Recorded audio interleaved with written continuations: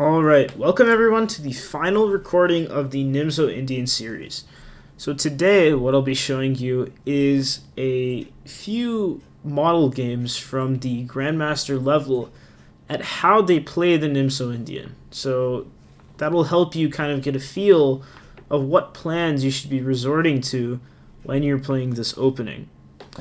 So the first game I would like to go over is, and I'll be going over two games, and these games will be in lines that I expect you to find challenging when you're playing them as black.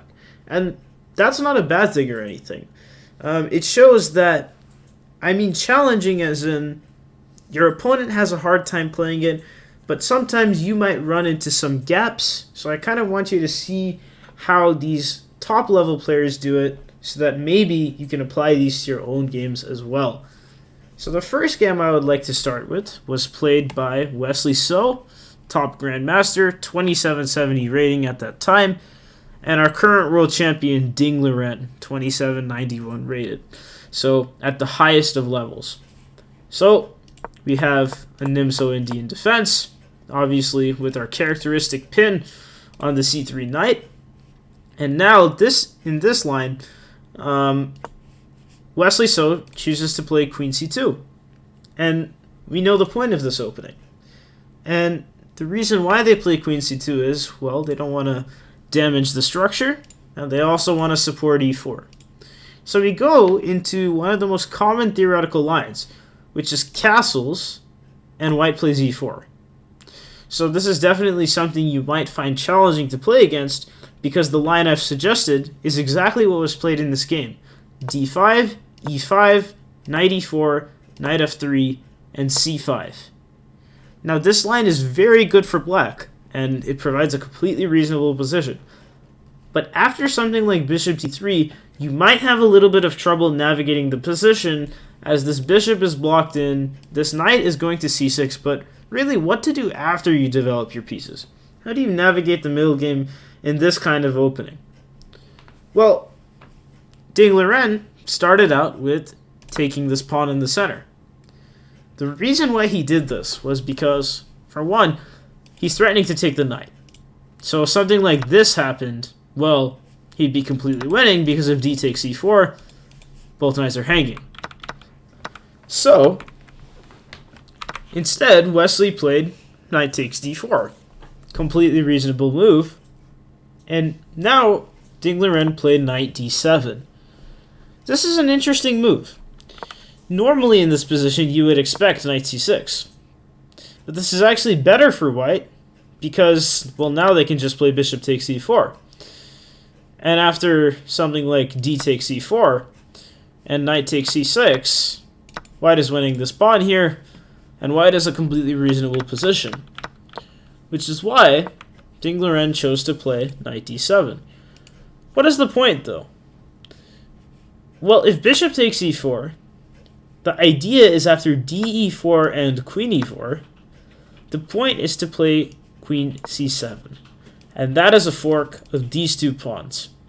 And so even if this knight came to b5, for instance, we'd be happy just taking on e5. And black is a lot better here. So instead, after knight e7, Wesley So chose to play bishop f4. And this is a typical developing move, protecting the e5 pawn from the knight's scope. And in this position, Ding Liren chose to get aggressive, which is the style that I like, and is the style that you should probably use when playing this line. And that is with queen h4. So he is attacking this bishop straight away. And in the game, g3 happened, defending the bishop and attacking the queen. And so, what Ding Liren has done is that he's created a weakness in the white position. Because now, he's created a light squared hole. And maybe this light squared weakness will actually come to hurt black. Or will come to hurt white, because they'll be forced to play something like bishop f1 and bishop g2 in order to cover that up. So Ding Liren plays queen h5, castles, and now gets even more aggressive with g5. He realizes that, well, there aren't that many defenders around the king. And even if something like bishop e2 happened, I can continue with just queen g6, this bishop is hanging, h5, h4 coming, and I should be able to get a good attack on the king, even after something like king g7 and rook h8. So, instead, we see that a common rule in chess is that if one person is playing on one side of the board, the way you can combat that is to play in the center. So c takes d5, and now bishop takes c3, getting the iconic damaging of the structure, and finally taking back on d5, once again reinforcing the knight. So we see that this can be captured, and white can win a pawn, but remember that this bishop is still hanging. So instead, Wesley retreated the bishop back to e3, and Ding played knight takes e5, grabbing the pawn in the center. So now f3 was played, trying to kick away this really nice knight on e4. We see knight c5, putting even more pressure on this bishop on d3, bishop f5, and now knight e6. Very interesting move. You might assume, well, why can't we just take? But this is once again shows that keeping the tension is often better in chess, because now white gets their knight to f5, and g4 anchors the knight in, and this could be bad for black. So after knight c5 and bishop f5, Ding chooses to play knight e6 because he's happy with exchanging this good knight on d4 for his okay knight on c5. And this bishop is obviously of value as well, as it contributes to white's attack. So after g4, queen h6, and rook e1, Ding decided to trade on d4, because this knight is very good, and this knight is not so good, so he wants to eliminate it. And after bishop takes d4, knight c6 is played, attacking this bishop, and notice how Wesley So has done a good job. I mean, these bishops are very well placed on the diagonal, but Ding is right in time with knight c6, and now this bishop has nowhere that good to go on the diagonal, otherwise it would get taken by the knight, and that's obviously what black wants in this position.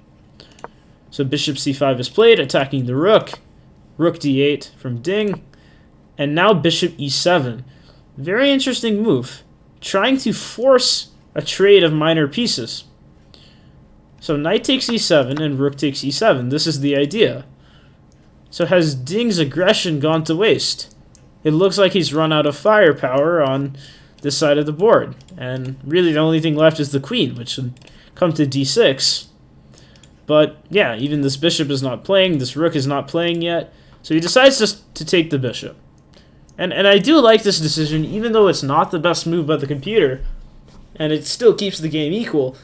I do like this decision, because bishop takes f5 kind of eliminates the active piece that they had that was once targeting h7. And so it kind of solidifies the weak squares, the light squares a bit that were previously weak for black. So after queen takes f5, we see queen g6. And we see that Ding is comfortable going into an endgame even with doubling his pawns like this, because he realizes that even losing a pawn on the 7th rank, his rooks are incredibly active, and we see that this weak pawn on c3, once again a target, because after rook a7, rook c3, this is a target. Ding's rooks are a lot more active, not to mention that that's a passed pawn that's very close to promoting. Alright, so after h takes g6, we see f4, and we kind of get into an endgame. And ultimately, this game, even though two rooks were on the 7th rank, was won by black in the endgame. And what I want to highlight is, I will stop at this position, but this game was actually a draw, but what black did was he got very close to promoting. And pawns like this, so close to the end of the board, can create significant winning chances for black. And this is kind of an approach of how to play for a win, but not necessarily going for like something as violent or as crazy as the King's Indian attack is. So that's the first game I would like to show you. And the last game I would like to show you is a game played between Grandmaster Andrew Tang and Hikaru Nakamura. Both players we need absolutely no introduction. Andrew Tang being one of the greatest players of speed chess in the modern era, and Hikaru likewise. I mean, always the same. Top 5 Grandmaster these days, and yeah, very skilled player overall. So, obviously we see a little bit of a transposition, but eventually we get to the position. This is a Queen's Indian defense, but it does end up actually transferring to one of the lines we have in the Nimzo-Indian defense with this 3 knights and the bishop g5. And I thought that this line was challenging for black to play, because after h6, this bishop maintains the pin, and we see this aggressive line with g5, knight e4, d6, and f5. So, even though this position visually looks very nice for black to play, you have to know a few things before going into it. For one, where do you put your pieces? Well, as I said in the individual recording, knight goes here, queen goes here, we castle, and we start an attack. So, what did Hikaru do? Well, Andrew Tang played d5, trying to close the center. Hikaru played queen f6, keeping the tension. And bishop takes e4. Very interesting move, because it looks like white is winning a pawn here. But after pawn takes and queen takes, we see queen c3. And now, once again, the weak pawn on c3 is coming to hurt white. Because now the queen has gotten in, and there's tons of pressure on the white position. So king e2. Gotta guard the rook. Now queen b2. The queen is already in the position. And now knight d2 from Tang. And now queen f6. So Hikaru kind of wants to castle, put more pressure on the f-file, play e5, close it up. Maybe bishop c8 and bishop g4 as a potential reroute. Even knight d7, knight c5. Whoops, knight d7, knight c5 looks extremely appealing in order to hit the queen. And so Tang plays h4. He realizes, well, at the moment, until Hikaru gets castled and develops all his pieces, I'm stronger in the king side, so I need to play h4 and open up the position. So g4 played. Very important move. Closing up the position, but just chucking a pawn. Why is this move played? Because after queen takes g4, now Hikaru can start winning pawns in the center. And all of a sudden, the position is opened up in black's favor. And so black can get in with the active queen, the active bishop, and so on. So after h5 was played, now knight d7, bishop h4, queen f5, going for an endgame. Remember, black is always happy in an endgame as he has a very favorable structure. So we go into an endgame. And f4 played by Tang. And this game was won in the endgame. Because in all of these Nimzo-Indian structures, black has an amazing structure in the endgame. The setup that black has, although it might have slightly less space than what white has, sets you up for success in the endgame. So we see king f7, both players bring their king, and this e4 square once again comes to be a weakness, as Hikaru can lodge his rook on e4 right here without necessarily being able to dislodge it. White isn't able to play knight d2 and knight takes e4 at the moment, so this is very nice. And it looks like white is winning a pawn here, but this was a mistake, because after king e7, Hikaru's pieces come to very active squares, and he actually sacrifices an exchange here. Because after pawn takes, he gets his knight into an incredibly nice square, traps the bishop, wins a lot of pawns, and gets an active rook. And in fact, the king is put in a mating net, because it's got no moves because of the pawns, the knight, and the bishop, and rook c3 is just checkmate. So, those are two model games. I know I went through the second one a little bit fast, just through the endgame, but the general plan is you have to use these weak squares on the light squares, and you have the light squared bishop, so it's best to make use of it, especially on one of these two diagonals, whichever one opens first.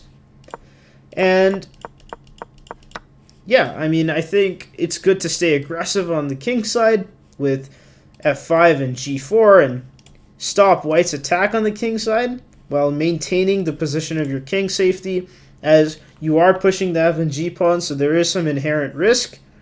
But yeah, I think overall you'll have a nice time playing this opening, because it can lead to positions like this where you're on the verge of losing yourself, but you're just in time with threats of your own. So I hope that helped. That is the conclusion of the Nimzo-Indian series.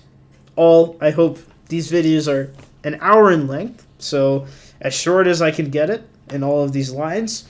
And these lines hopefully should prepare you for opening play in both some tournament games and in online games. I do think if you want to play the Nimzo-Indian in a tournament, you might have to look at some other lines in these systems, where some sidelines especially, where your opponent can try and throw you off. But this covers like 99.9% of what you're going to see in both over the board and in online play. So I hope that helps.